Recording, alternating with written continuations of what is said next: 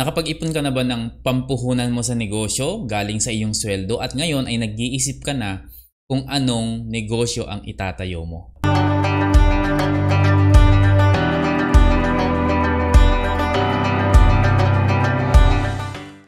Hi guys, my name is Albert at ang tatalakayin natin ngayon ay tungkol naman sa negosyo. Maraming mga nagtatrabaho dito sa Pilipinas ang nag-iipon para kapag nakapag-ipon na sila ng sapat na pampuhunan sa negosyo, doon na sila magsisimulang magnegosyo. And marami rin sa mga nagtatrabaho abroad ang ganun din na ginagawa. Since medyo malaki yung sinasahod nila abroad, sinasamantalin nila yon para makapag-save. At kapag nakapag-save na sila ng sapat, magtatayo sila ng negosyo dito sa Pilipinas para kahit hindi na kailangan mag-abroad. May pagkukunan na sila ng pang-araw-araw na gastusin. Tama?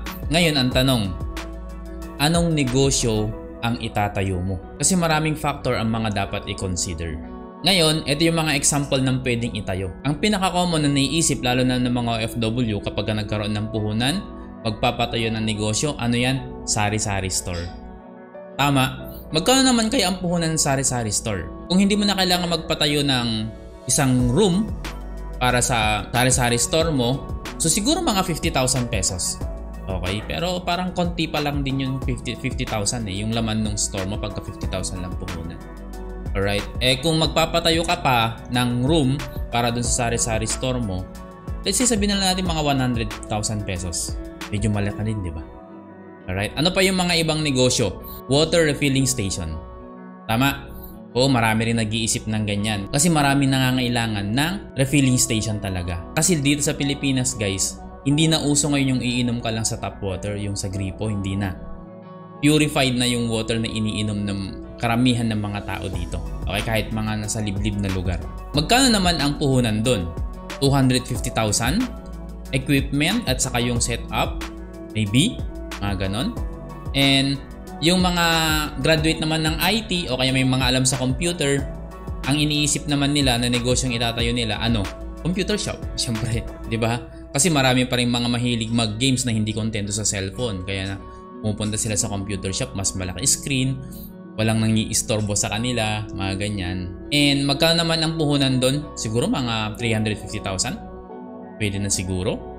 Ayan, magsimula muna sa 10 computer. And ano pa? Food cart franchising. Yan, isa rin yan sa mga choices ng mga nagsisimulang magnegosyo. Okay, bakit? Kasi meron ng sistema yung food cart franchising. Kumbaga susundin mo na lang, so hindi ka na mag-e-effort na mag-iisip pa ng kung ano-anong mga marketing strategies, papakilala yung business mo kasi kilala na siya. Yun nga lang, medyo mahal yung bayad ng franchising. Okay, nagre-range yan guys ng mga 125,000 to 300,000.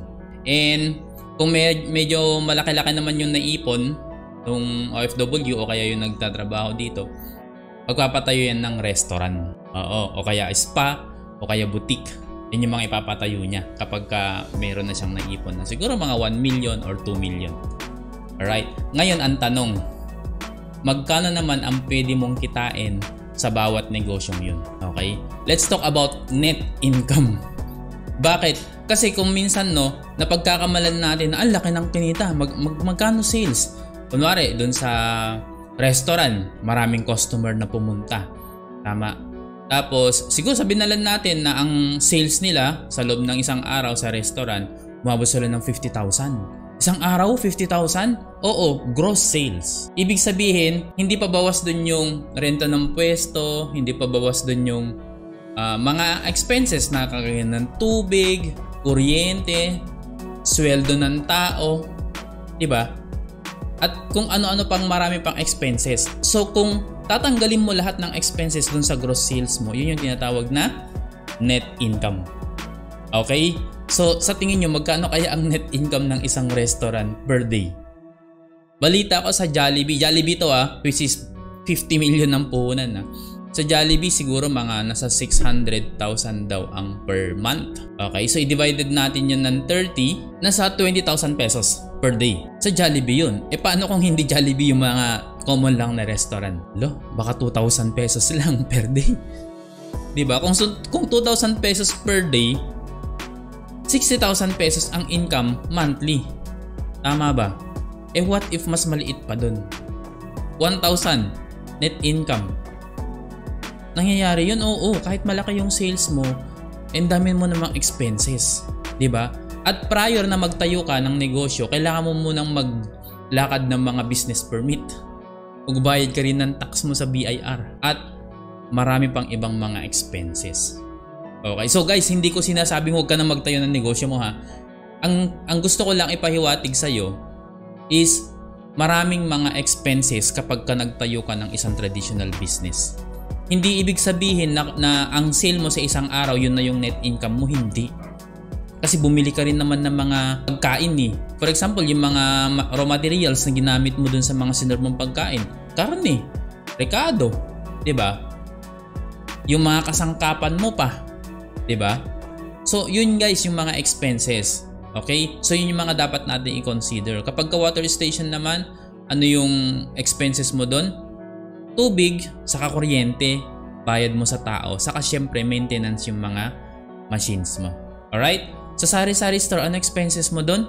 Syempre, namimili ka ng produkto, di ba? For example, sa Pure Gold, doon ka kumukuha ng mga paninda mo. Tapos pagka ibebenta mo na, pinapatungan mo siya ng 10%, 20%, di ba? At syempre, may tao ka rin. Kung wala kang tao, ikaw yung tao, syempre, consider mo yung sweldo mo bilang isang empleyado din. Tama. Syempre, kailangan mo rin bayaran yung sarili mo. Okay? E paano naman pag computer shop? Anong expenses mo dun? Internet, kuryente, malakas ang aircon yan.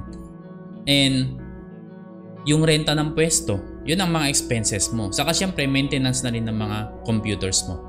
And how about naman sa food cart? Ang expenses mo doon, marketing materials, meron yan binabayaran. As per my experience, 900 pesos per month ata. And then, ano pa? Bayad mo sa pwesto at saka bayad mo dun sa employee mo. At saka syempre, yung cost mo dun sa mga products na ibebenta mo. For example, siomai, siopaw, mga ganyan. Okay? So, kailangan mo rin mamuhunan din dun. So, ibig sabihin, yung pagnenegosyo, hindi ibig sabihin na magnenegosyo ka na, malaki na yung kikitain mo. Hindi ganun ang ibig sabihin nun, guys. Marami ka rin expenses, syempre kasama na dyan ang stress. At syempre, effort mo. Pag mag-o-open yung negosyo mo, lalong-lalo na pag bagong open pa lang, kailangan mong puntahan.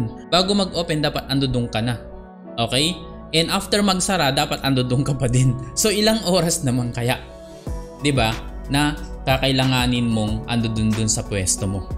'Di ba? Sometimes nga, inaabot ka pa ng more than 12 hours per day para i-manage yung negosyo mo na yun, mga traditional business. Tama? Unless na lang may pinagkakatiwalaan kang tao, sinasweldohan mo siya at siya yung gumagawa ng mga bagay na dapat mong gawin bilang owner. Okay? Pero syempre, sinasweldohan mo siya, expenses ulit yun. Alright? So, anong point ko?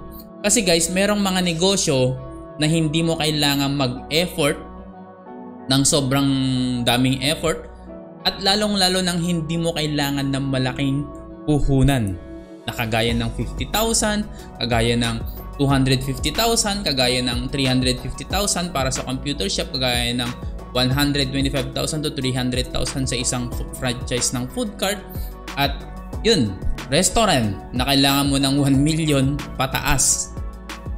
Diba?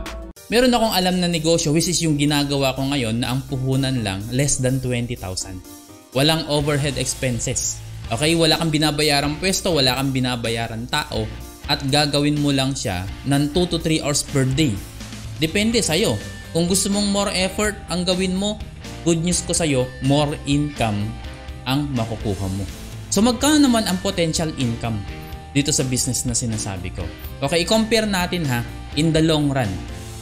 Sa isang restaurant, pag yan tumagal ng 5 years, pagka 5 years, buhay yung restaurant mo, kabisado mo na lahat, di ba? Alam mo na lahat ng pasikos-siko niyan, 5 years ba naman, di ba? Ang tanong, nung unang nagsisimula ka ng restaurant, kumikita ka siguro ng mga 1,000 per day, so 30,000 yan per month. Okay? O kaya sabihin na lang natin, 2,000 per day, so umaabot ka ng 60,000 per month. Net income to guys ha, bawas na lahat, net income. Okay? Ngayon, after 5 years, sa tingin mo, yung 60,000 na kinikita mo, magiging 100,000 yun after 5 years? Tingin mo. Paano ba magiging 100,000 yung kikitain ng isang restaurant na dating kumikita ng 60,000? Ibig sabihin, times 2 lahat.